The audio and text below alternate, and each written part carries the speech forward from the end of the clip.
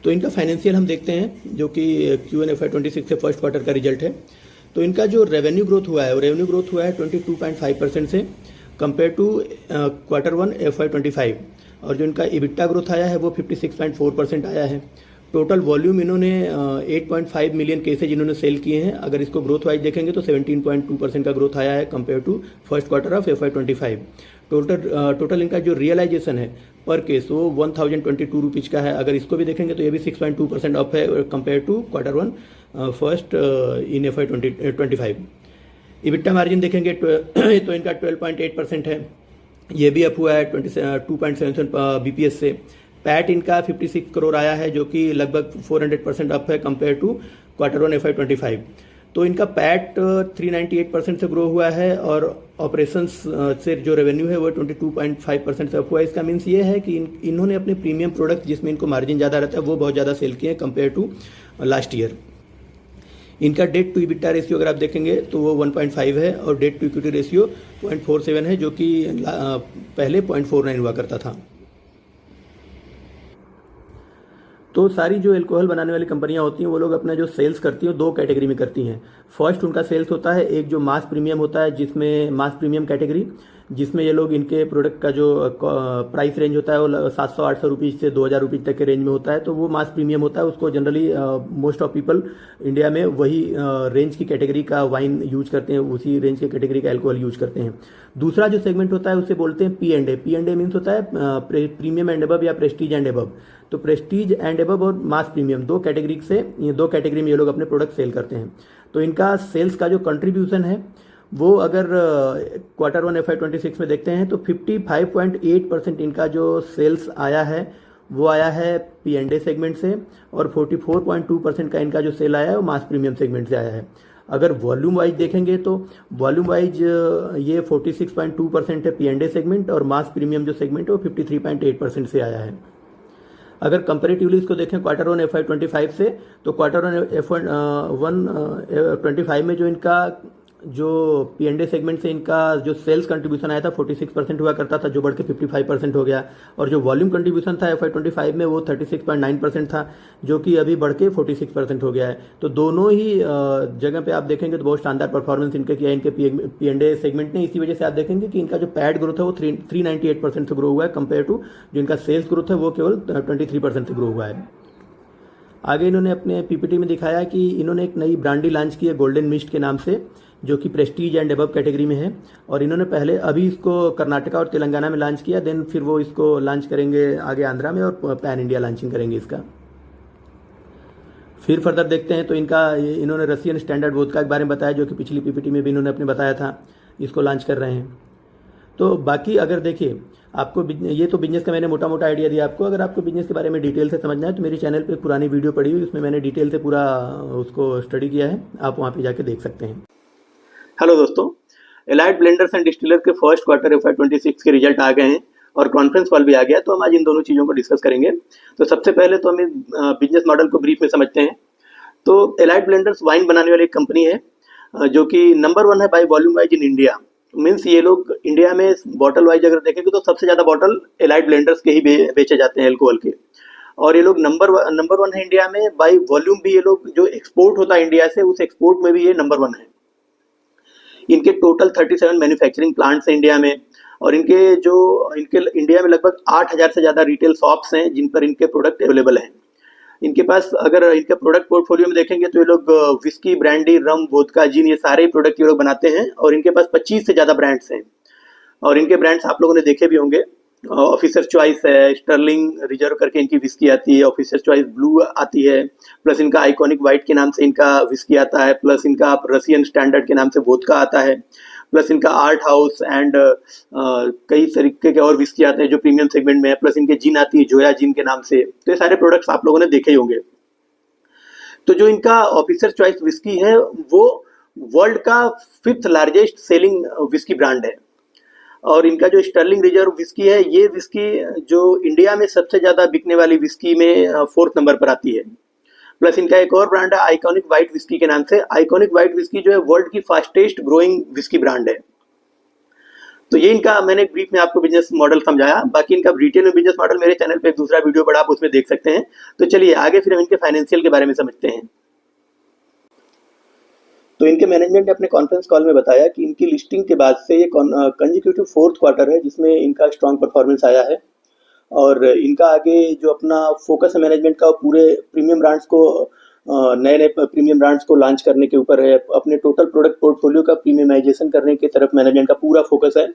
और अगर आप इनको देखेंगे भी तो ये लोग अभी इन्होंने अपने जो विस्की का पोर्टफोलियो उसमें 2 नए प्रोडक्ट ऐड किए हैं, Art House and Wood Bons के नाम से। और अपने जिन के पोर्टफोलियो में भी इन्होंने जोया जिन एंड प्यूमोरी जिन के नाम से 2 नए प्रोडक्ट लॉन्च किए हैं। इसके बाद इन्होंने अपने वोदका सेक्शन में भी रशियन स्टैंडर्ड वोदका लॉन्च किया है, ऐड किया है।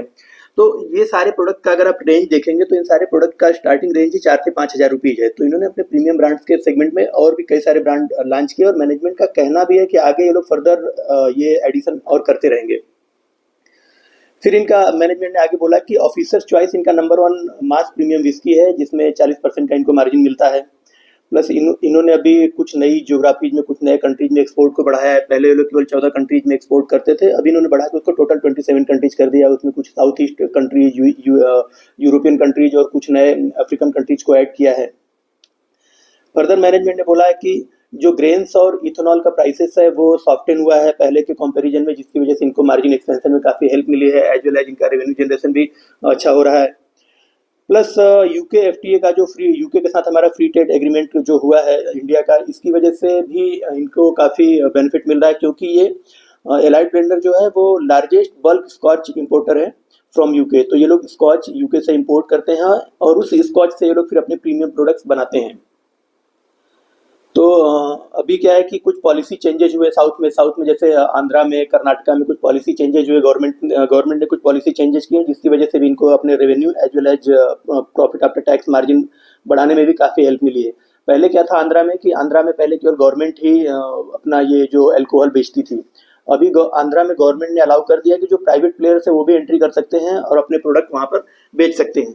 तो इसकी वजह से भी इनको काफ़ी बेनिफिट मिला है और आगे भी मैनेजमेंट का कहना है कि ये बेनिफिट इनको मिलता रहेगा और ये लोग अपने मार्जिन को प्लस अपने रेवेन्यू को और आगे बढ़ाते रहेंगे। बाकी फिर ये मैनेजमेंट ने बैकवर्ड इंटीग्रेशन पर काफ़ी काम किया है। ये लोग बॉटलिंग का इनका अपना खुद का प्लांट नहीं था, ये लोग बॉटल्स किसी और से लेते थे। और इसके बाद ये जो आपका एक्स्ट्रा न्यूट्रल एल्कोहल होता है, जो जितने भी आप एल्कोहल प्रोडक्ट देखेंगे बनते हैं वो सारे के सारे एक्स्ट्रा न्यूट्रल एल्कोहल से ही बनते हैं। तो ये भी ये लोग दूसरे से खरीदते थे, लेकिन मैनेजमेंट अभी कुछ कैपेक्स भी किया है और वो कैपेक्स को वो लोग एक्स्ट्रा न्यूट्रल एल्कोहल मैन्युफैक्चरिंग में प्लस अपने बॉटलिंग प्लांट के कैपेक्स में यूज कर रहे हैं। फिर एक इन्वेस्टर ने इनसे क्वेश्चन किया था कि महाराष्ट्र में जो एक्साइज ड्यूटी हाइक हुई है उसका इनके बिजनेस के ऊपर क्या प्रभाव पड़ा है। तो इन्होंने वो भी बोला कि उसका इनके बिजनेस के ऊपर कोई इम्पैक्ट नहीं पड़ा है। क्यों? क्योंकि इन्होंने क्या किया है कि जितना प्राइस हाइक महाराष्ट्र गवर्नमेंट ने एक्साइज ड्यूटी में किया है, तो उस एक्साइज ड्यूटी को इन्होंने अपने प्रोडक्ट की प्राइस हाइक में यूज कर दिया है। तो ये इन्होंने डायरेक्टली वो प्राइस कंज्यूमर को पास कर दिए और कंज्यूमर से लोग ले रहे हैं। तो आप देखेंगे चाहे आप रेडिको खेतान का कॉन कॉल अटेंड करें, अदरवाइज तिलक नगर इंडस्ट्रीज का किसी भी प्रोडक्ट, किसी भी जो एल्कोहल मैन्युफैक्चरिंग कंपनी, उसका सब लोग अपने कॉन कॉल में यही बता रहे हैं कि जो महाराष्ट्र गवर्नमेंट ने एक्साइज ड्यूटी बढ़ाई है, उस एक्साइज ड्यूटी पे लोग सीधे अपने कंज्यूमर को पास कर दे रहे हैं। एक नया इन्होंने अपने ब्रांडी के पोर्टफोलियो में एक नई ब्रांडी ऐड किया है गोल्डन मिस्ट के नाम से। तो गोल्डन मिस्ट को इन्होंने अभी कर्नाटका और तेलंगाना में लॉन्च किया है और आगे इनका टारगेट है कि by the end of this year ये लोग इसको लॉन्च करेंगे आंध्र प्रदेश में।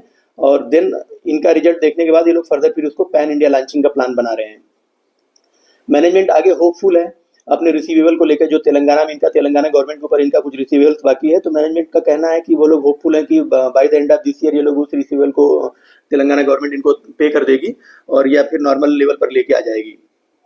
बाकी मैनेजमेंट का पूरा फोकस अपने डेट रिडक्शन के ऊपर है। डेट रिडक्शन होगा तो इनका पैट भी बढ़ेगा और मार्जिन भी बढ़ेगा। पैट और मार्जिन बढ़ने से इनके जितने भी फाइनेंशियल पैरामीटर है सारे के सारे अपवर्ड डायरेक्शन में मूव करेंगे। आगे हम थोड़ा इनके गाइडेंस के बारे में बात कर लेते हैं। तो मैनेजमेंट ने गाइडेंस दिया है कि इनका जो वॉल्यूम ग्रोथ है वो डबल डिजिट से ग्रो करता रहेगा। अभी करंट में इनका वॉल्यूम ग्रोथ आप देखेंगे तो जो अभी Q1 का रिजल्ट आया, इसमें इनका वॉल्यूम ग्रोथ 17% है। और मैनेजमेंट का कहना है कि आगे भी ये लोग हाई टीन से अपने वॉल्यूम ग्रोथ को करते रहेंगे। हाई टीन मतलब 17, 18 या 19% से ये लोग आगे अपने वॉल्यूम ग्रोथ को बढ़ाते रहेंगे। और मैनेजमेंट आगे और भी अपने कुछ प्रीमियम प्रोडक्ट्स लॉन्च करने के लिए बोल रहा है, जो अपने P&A सेगमेंट, जो प्रेस्टीज एंड अबव वाला इनका सेगमेंट है, जिसमें इनके प्रोडक्ट का प्राइसिंग हाई होता है, मीन्स 4000 5000 से स्टार्ट होता है। उस सेगमेंट में लोग आगे नए प्रोडक्ट और ऐड करते रहेंगे। कुछ प्रोडक्ट के इन्होंने नाम भी बताया, मैं कुछ भूल गया, कुछ जॉली समथिंग करके कुछ एक नाम था प्रोडक्ट का, वो भी ये लोग लॉन्च करने वाले हैं। प्लस मैनेजमेंट ने आगे अपने रेवेन्यू ग्रोथ का गाइडेंस दिया कि इनका रेवेन्यू 15 से 20% नॉमिनल इनका 20% के रेट से ये लोग अपना रेवेन्यू ग्रो करते रहेंगे। और इनका प्रेजेंट के पहले के भी पास्ट के अगर 3 क्वार्टर का इनका कॉन्फ्रेंस कॉल देखेंगे तो उसमें भी मैनेजमेंट का यही गाइडेंस था कि हम लोग 15 से 20% अपना रेवेन्यू जनरेट ग्रो करते रहेंगे। लेकिन इनका ग्रोथ जनरली उससे ज़्यादा ही आता है, 22-23% से इनका ग्रो आ रहा है कंटिन्यूसली पिछले 4 क्वार्टर से। और आगे मैनेजमेंट ने बोला है कि ये अपने जो इनका प्रीमियम एंड एबव का, जो प्रेस्टीज एंड एबव का जो इनका कैटेगरी है, जिसमें हायर प्राइस रेंज के प्रोडक्ट ये लोग सेल करते हैं, उससे रेवेन्यू जनरेशन को ये लोग बढ़ा के 50% तक लेके जाएंगे। अभी P&A कैटेगरी से इनका जो रेवेन्यू जनरेशन होता है वो 46% का, टोटल रेवेन्यू का 46% P&A कैटेगरी से इनका जनरेट होता है। और मैनेजमेंट का कहना है कि आगे 2 से 3 साल के अंदर इसको बढ़ा के ये लोग 50% तक लेके जाएंगे।